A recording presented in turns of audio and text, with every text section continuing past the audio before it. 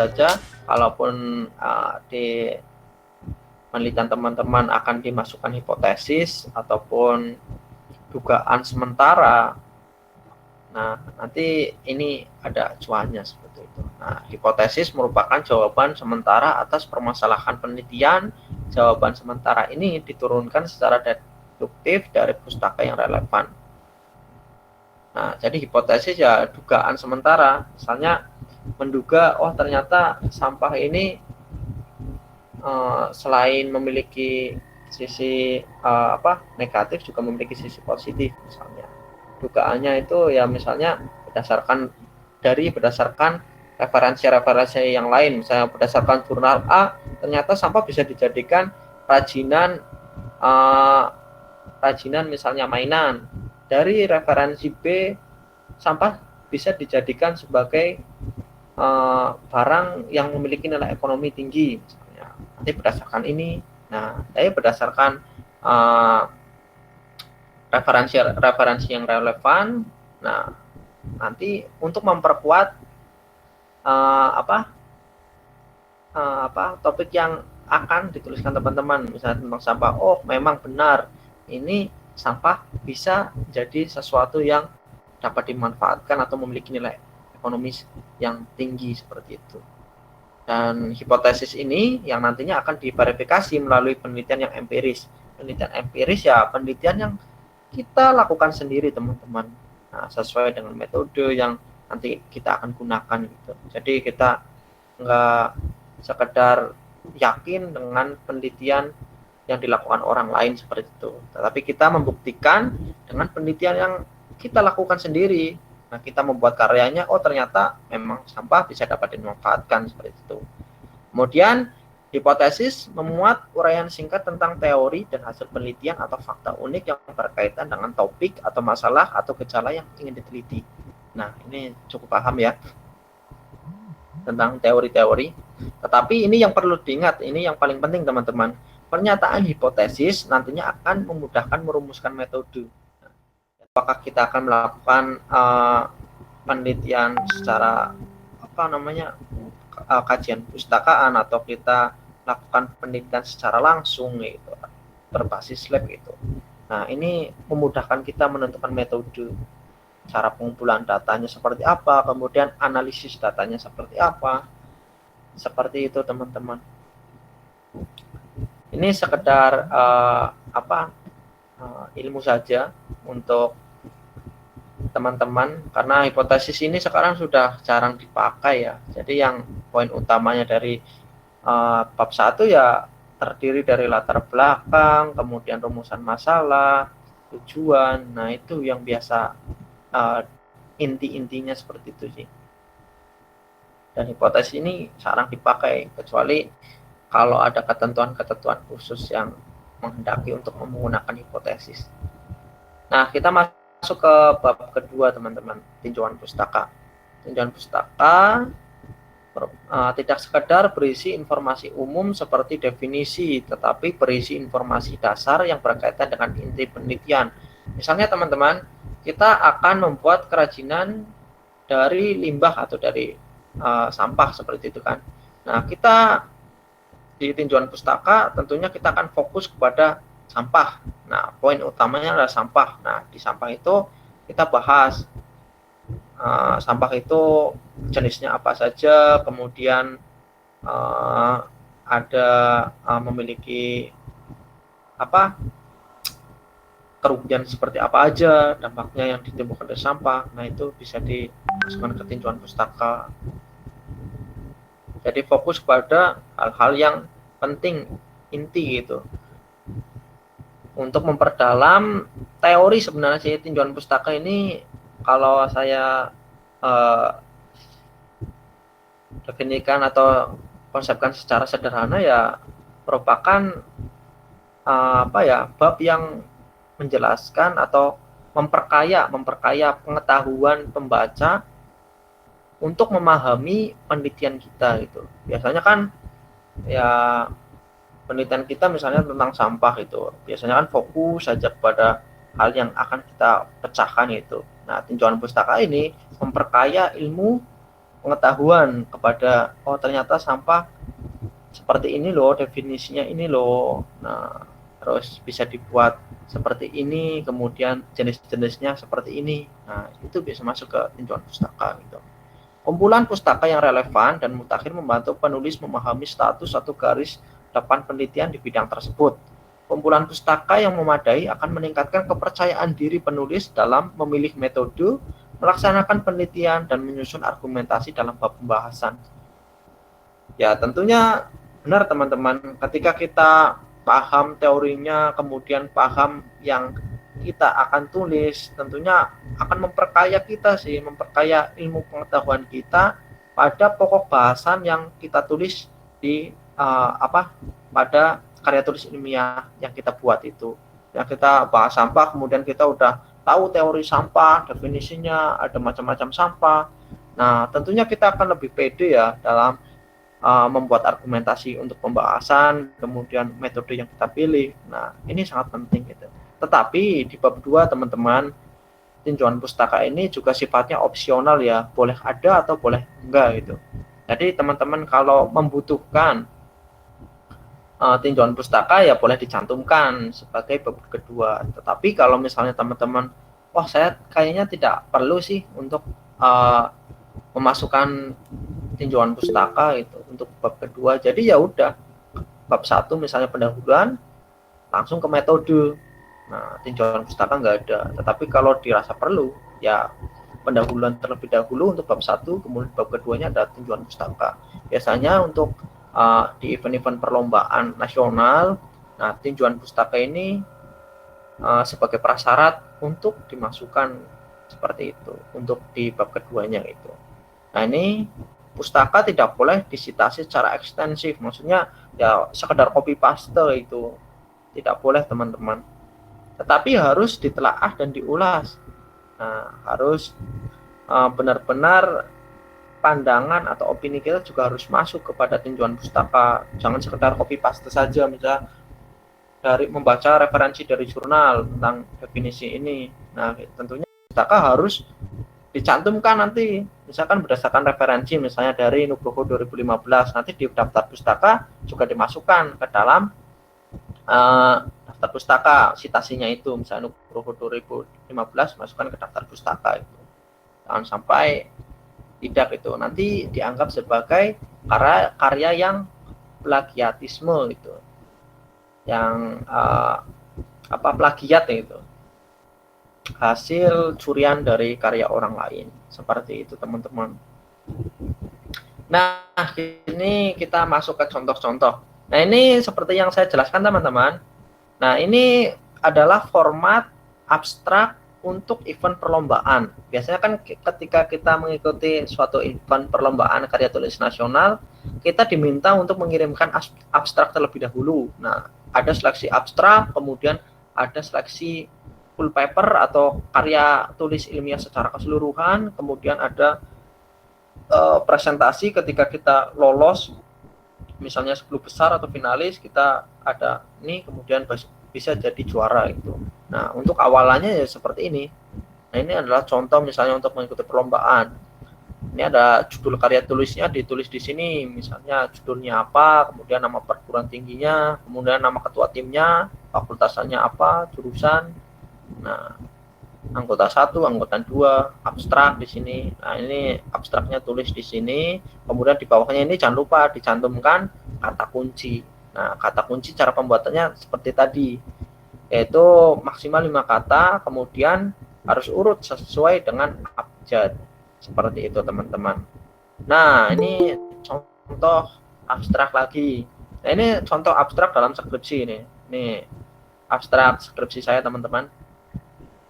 Nah, jadi ini kalau misalnya di skripsi ini dalam bahasa Inggris ya. Jadi tulis dulu di sini abstrak itu. Kemudian nama kita, kemudian judulnya dan sama dosen pembimbingnya ya gitu. Kemudian baru masuk ke ininya apa ya namanya? Isi dari abstrak tersebut, kemudian keyword. Nah, atau kata kunci. Nah, seperti ini.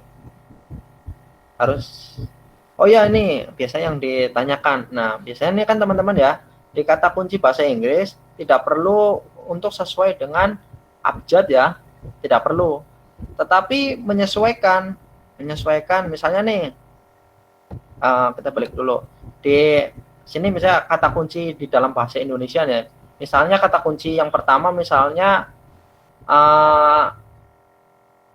aman, misalnya aman. Nah, terus kata kunci keduanya adalah eman, misalnya eman gitu kan. Nah, A sama E kan duluan A ya. Nah, kemudian A itu kan tentunya di posisi pertama untuk poin inti dari kata kunci tersebut, A baru E itu kan sesuai abjad. Tetapi ketika kita translate ke dalam bahasa Inggris, misalnya arti dari aman misalnya kan jadi di misalnya, eman misalnya malah jadi ini ya, kita ngikutin dari kata kunci yang bahasa Indonesianya. Misalnya kata awalnya aman ya berarti di sini langsung di sini saja, nggak perlu urut abjad kalau keyboard yang bahasa Inggrisnya gini, seperti itu, karena merupakan ya translatean gitu teman-teman. Cukup paham ya untuk itu. Kemudian contoh untuk ini, contoh penyajian rumusan masalah penelitian. Nah, misalnya seperti ini, dia kan tadi udah dibahas untuk menyusun rumusan penelitian. Misalnya bagaimana pesan-pesan kehumasan di media internal PT Total, E dan P Indonesia. Nah, biasanya diawali dengan kata bagaimana sih.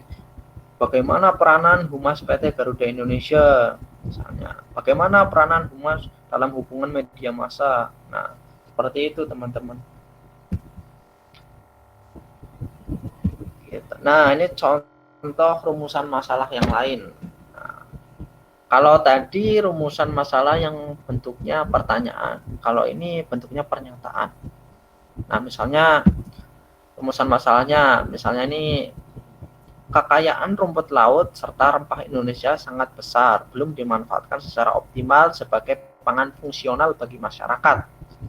Yang kedua misalnya, jadi tapi bisa pernyataan.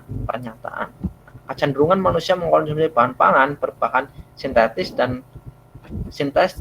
dan kurang baik efeknya terhadap kesehatan. Misalnya, kecenderungan konsumen menyukai bahan pangan convenient, lezat, dan praktik juga berkhasiat. Nah, ini juga bisa masuk. Nah, kita masuk ke contoh tujuan penelitian. Nah, ini adalah tujuan penelitian saya ya, deskripsi.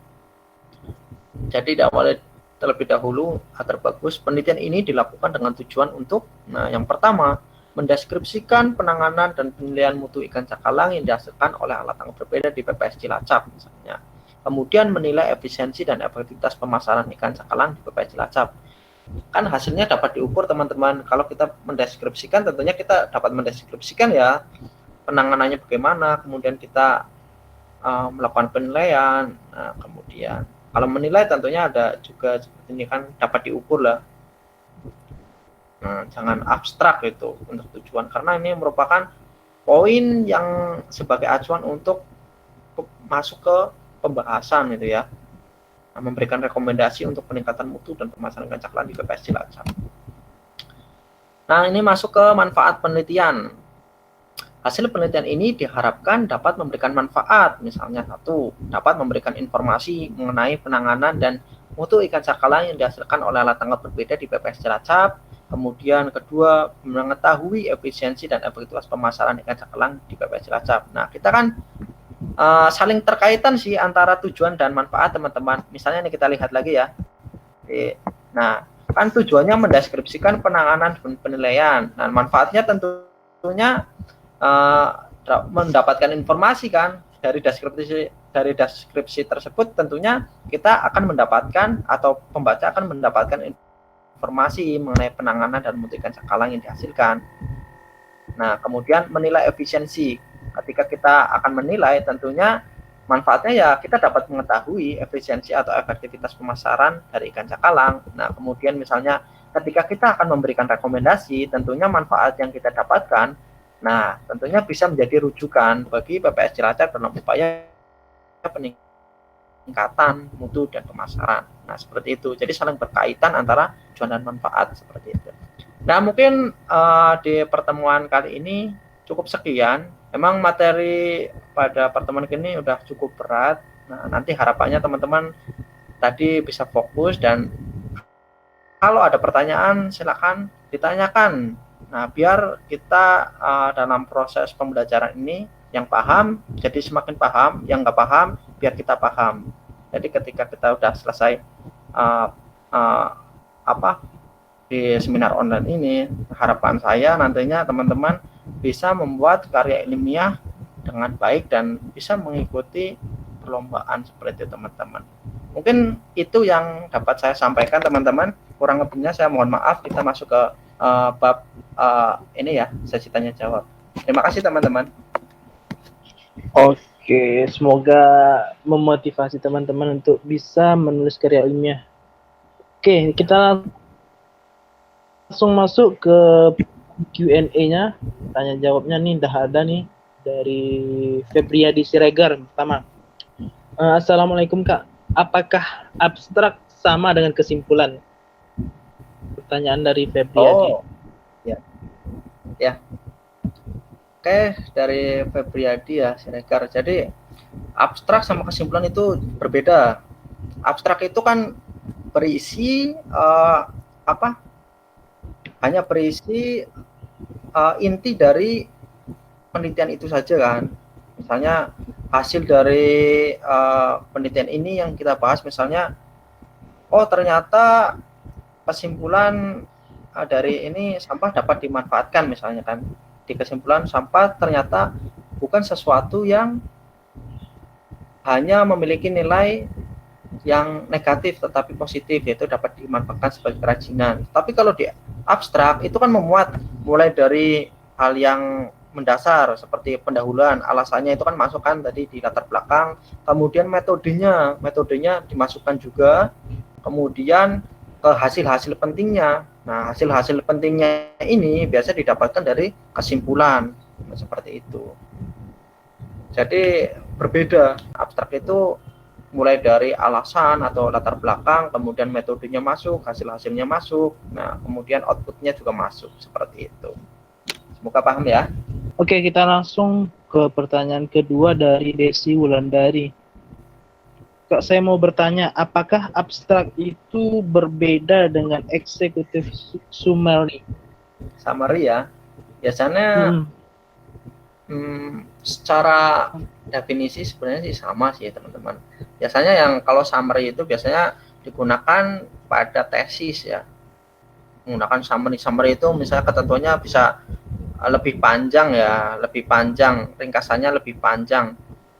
Berbeda dengan abstrak. Misalnya kalau di abstrak itu kan ketentuannya hanya 200 sampai 250 kata misalnya. Nah, kalau misalnya di summary itu, kalau teman-teman sering baca tesis, nah itu kan ringkasan atau summary. Nah, bukan abstrak namanya, summary misalnya. Di situ pasti biasanya lebih panjang itu. Seperti itu. Tetapi intinya ya sama saja itu, itu merupakan ringkasan dari hasil penelitian kita. Nah, cuma mungkin perbedaannya ya itu masuk ke biasa digunakan di tesis ya, biasanya untuk summary seperti itu, kemudian untuk skripsi ataupun yang lain gitu. Karena summary itu ya biasanya saya lebih panjang gitu, lebih panjang narasinya seperti itu. Oke, semoga menjawab dari pertanyaan Desi Wulandari. Nah, pertanyaan ketiga nih dari Estit Alda. Berdasarkan penjelasan kakak tadi, untuk membahas bab hasil dan pembahasan itu berdasarkan tujuan penelitian. Tetapi saya juga pernah membaca KTI itu bab 4 dibahas melalui rumusan masalah. Lalu bagaimana konkretnya hal ini?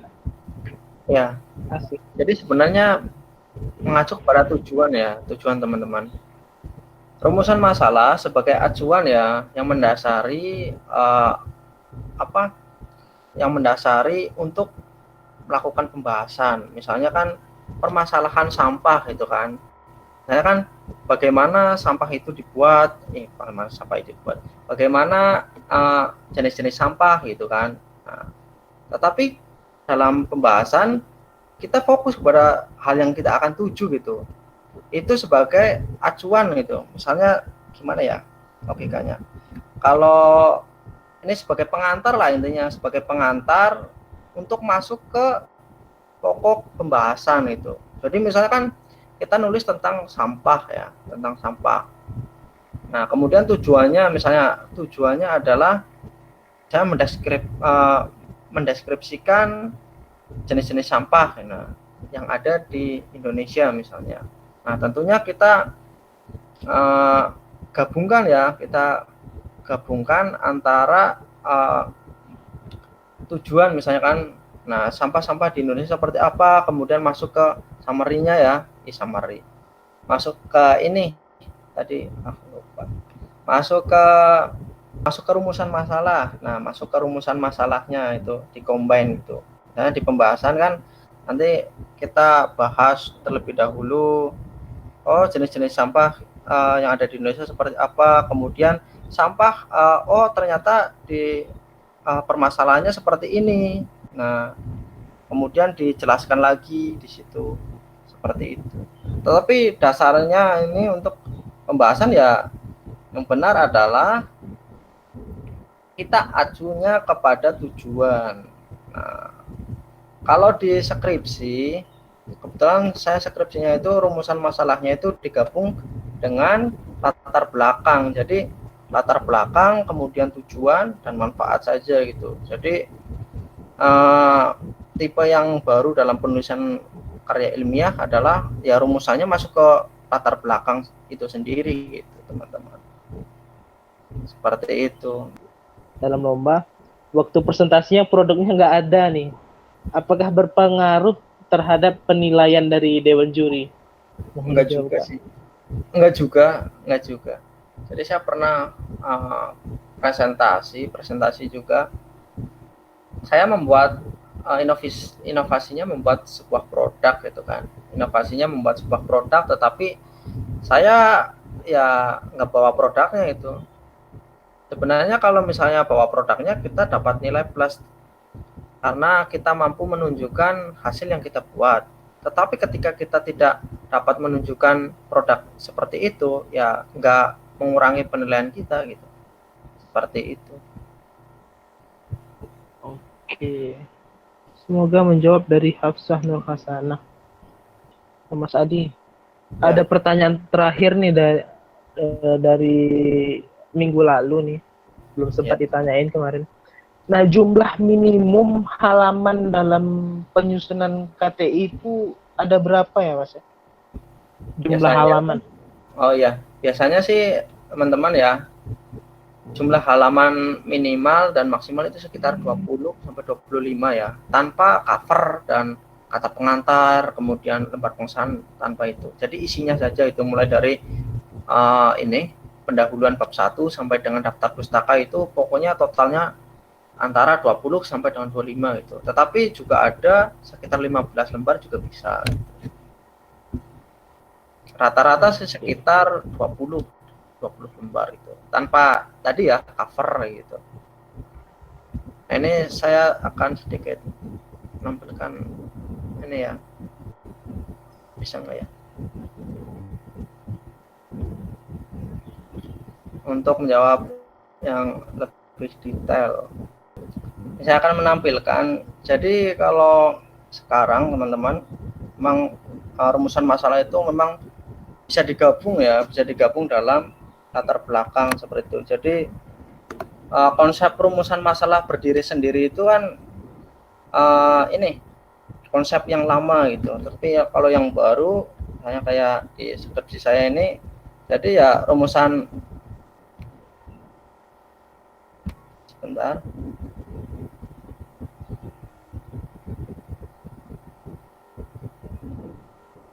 Nah jadi nggak ada rumusan masalah kayak gitu kalau untuk konsep penulisan yang baru.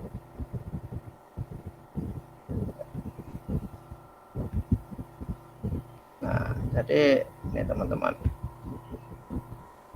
kan ada latar belakang di sini, kan ada latar belakang, kemudian di sini langsung ke tujuan, karena tujuan dan manfaat penelitian, baru masuk ke metode tanpa ada tinjauan pustaka. Nah seperti itu teman-teman. Jadi sebenarnya rumusan masalah itu kan inti dari permasalahan yang kita tulis.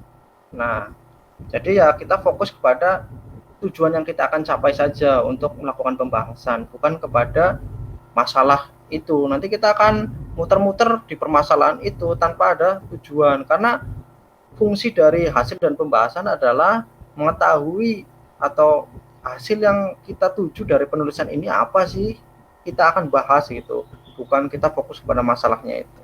Seperti itu ya. Nanti semoga menjawab dan bisa lebih paham. Seperti itu ya. Oke. Terima kasih atas jawabannya Mas ya. Nah, untuk Ya. terakhir nih Mas, closing statementnya Mas, sebelum kita akhiri dari pertemuan kedua hari ini Mas. Boleh? Ya. Jadi harapan saya teman-teman, saya juga alhamdulillah ya, dari jadi mahasiswa itu kalian suka suruh isi sharing kepada teman-teman. Saya juga memiliki anak-anak bimbingan lah istilahnya di IPB. Jadi yang pertama, ketika kita sudah mendapatkan materi, kita coba ulang kembali gitu kan, karena ya bisa karena kita terbiasa gitu. Nggak mungkin kita baru sekali mendapatkan materi tentang KTI kemudian kita harus bisa langsung menulis KTI, itu kan sesuatu yang jarang gitu. Tetapi kita harus mengulang materi itu lagi, kita coba pelajari lagi, kemudian kita coba cari referensi lain misalnya yang lebih mendukung agar memperkaya ilmu kita tentang penulisan KTI. Dan yang paling penting, learning by doing gitu ya. Ketika kita belajar, kita juga harus melakukan teman-teman.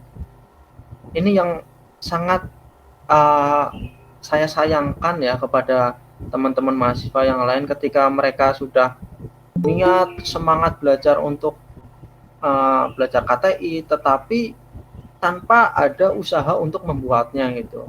Nah, yang paling penting adalah ketika kita sudah mendapatkan materi, kita praktekkan. Kemudian kita coba cari mentor, cari orang yang dikira menurut kita paham dalam penulisan KTI, kemudian kita nulis, konsultasilah kepada dia gitu.